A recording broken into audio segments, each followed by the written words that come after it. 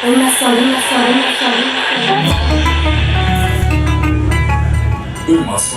With Inayat and Sakina. Umasonic, your show for Ramadan. Ramadan Mubarak! Salams, guys, and welcome to Umasonic. You're with me, Inayat. And me, Sakina. First day of Ramadan. Wow. Yes, how are you indeed. feeling?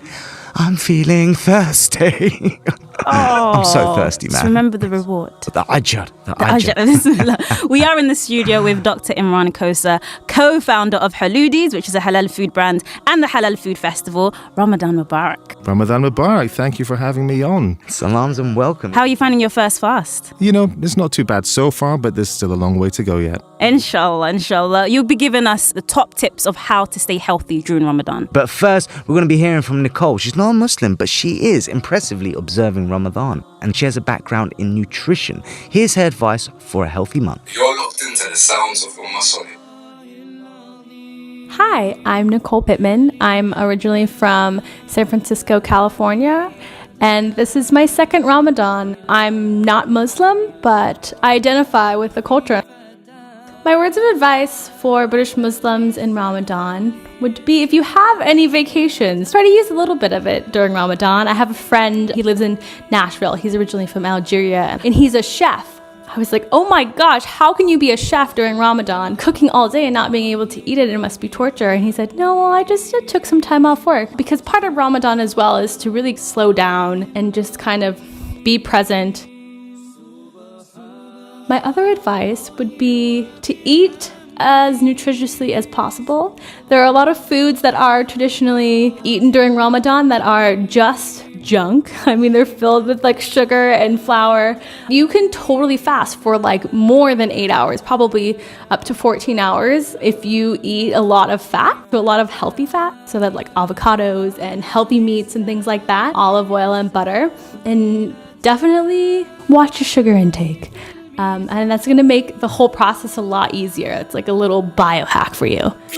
So Nicole mentioned there that we should be eating healthy fats and avoiding sugar. Doctor, what else do you think we should be eating and should not be eating? This year is the toughest Ramadan for the next 33 years. Wow. We have about 19-hour fasts. So eating healthy is even like, this is the most important time to eat healthy, right? The key is to have a balanced diet, which includes fats, includes sugars, it includes proteins, it includes salts, your nutrients, etc. So that shouldn't alter. There are some things that you should be eating in preference of others.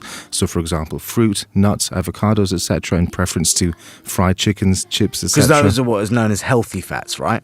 Well, they contain a greater proportion of fats that will be better for your body. During the month of Ramadan, you will probably burn many of those fats. That's a positive thing. So to make sure that you have the energy that you require during Ramadan, you need to focus on making sure you eat the right type of carbohydrates.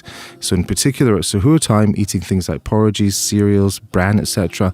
Cocoa Pops or like, as in... Probably not Cocoa Pops. They tend to be more full of sugar. Healthy cereals, though. Absolutely. These things will provide you with long-lasting energy because, boy, will you need it. These are really long fasts.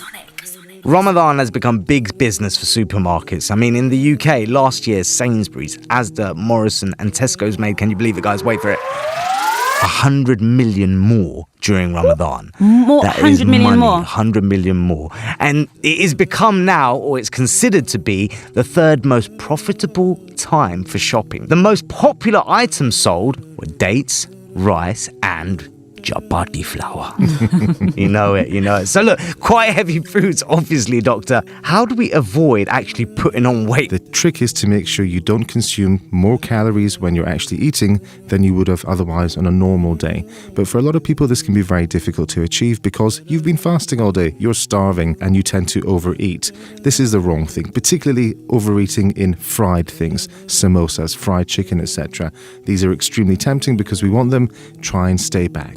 Many of us will also find actually we fill our stomachs up a lot quicker as well. It takes less food to fill our stomachs up and you can often feel quite bloated, and many of us will remember that feeling of heading over to Tarawih prayer feeling really actually quite almost unwell because of the amount you've eaten. So to avoid indulging too much, plan your eating a little bit. And that is the toughest challenge because although Ramadan is about discipline, actually we think of the discipline only during the time we're fasting, not the discipline that's required when we're not fasting. The more sensible thing is to break your fast with the date. Obviously have something to drink to quench your thirst and something small. And then go read your prayers and then come back and have a little bit more to eat. That gives your stomach time to digest and for the fluids to be replenished. So if we actually fast correctly and we do it in the proper way, there are many health benefits. People tend to lose fat, provided they can manage their feasting appropriately and don't overindulge. They also tend to increase the sensitivity of the insulin in the body. It becomes better at doing its job, and along with that, some toxins will disappear as well. Well, check out our video on the benefits of fasting online at ummasonic.com, and we're having more from Imran coming up later on the show. But now, let's head over to Morocco, sunny Morocco. Here's Nasima, as she's going to tell us all about the foods that she and her family eat during Ramadan. Ummasonic.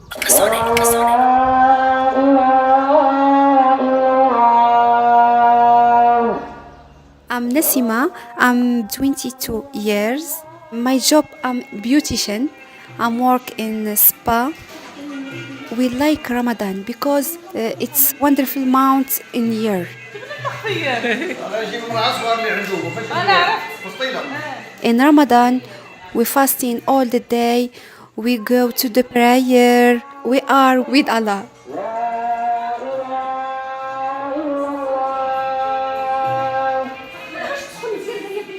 We have lots of traditional recipes. The first recipes, it's harira with the date, with the milk. And after we do something like a pancake, it's misammen. After breakfast, we have tarawih, the big salad. قولوا لي شي حاجة. هدوي انتي وكريمة. لا مبروك رمضان. رمضان زوين وكنصوموه كيدوز عندنا ايام زوينة وكنفطروا كنشربوا الحريرة كنطمار الشباكية الحليب قهوة كافي. In my first Ramadan, I'm fasting a half day, not all the day, because I'm very young, like 13, yeah. And I'm fast with milk, with the dates, and big organic egg. And I do makeup, I do perfume.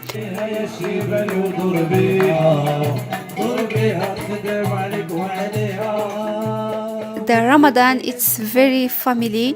Yeah, we eat together. We eat the breakfast and dinner together. And we have like tea party after the family. We speak, we enjoy like this.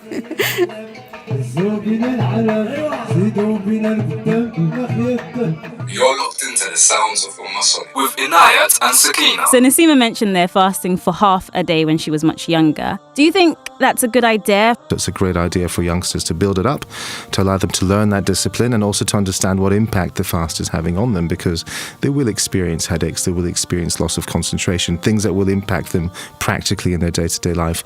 The sooner they get used to managing that and how they are, perhaps they need a nap during the day just to help them ease it through. I could do with that. I could do with a nap. You like the idea of naps? Yeah. So this can help them to learn the discipline and understand how their individual bodies will react to it, because that's important. And what advice do you have, Doctor, for anyone doing their first ever fast? For most people, they will be feeling quite thirsty. For those that haven't had adequate suhoor, they might even feel a little bit faint or dizzy or lightheaded. Now, these are quite normal. If you're becoming ill as a result, obviously you should stop.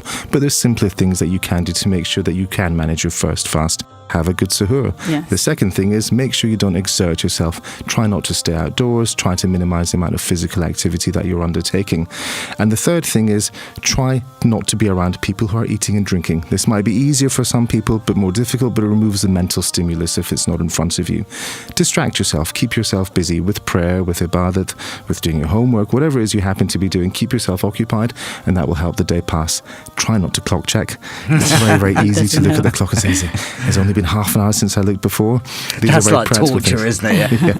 But lie down if you're feeling faint. That's a very obvious one. And if you're feeling particularly lightheaded, you might want to strongly consider breaking your fast. Oh, mashallah. Oh, good luck and all the best for those that are doing their first fast this month. We are going to leave you with this. We do have our official Ramadan quiz. Yes. It's quiz time. Ooh, here we go. So this is our first quiz question. Which country produces the most dates in the world? Is it A, Iran? Iran. B, Egypt? Egypt. Thank you, Inayat, for that. Or C, Morocco? Morocco. So we're going to get the answer in the next show when we'll be joined again by Dr. Imran. You'll be with us again, yes, Doctor? Looking forward to it. All right, so are we. So until next time, salam. Till then, salams, guys. Salam. You've been listening to Masonic. Your show for Ramadan. Listen to all our shows at umasonic.com. MashaAllah.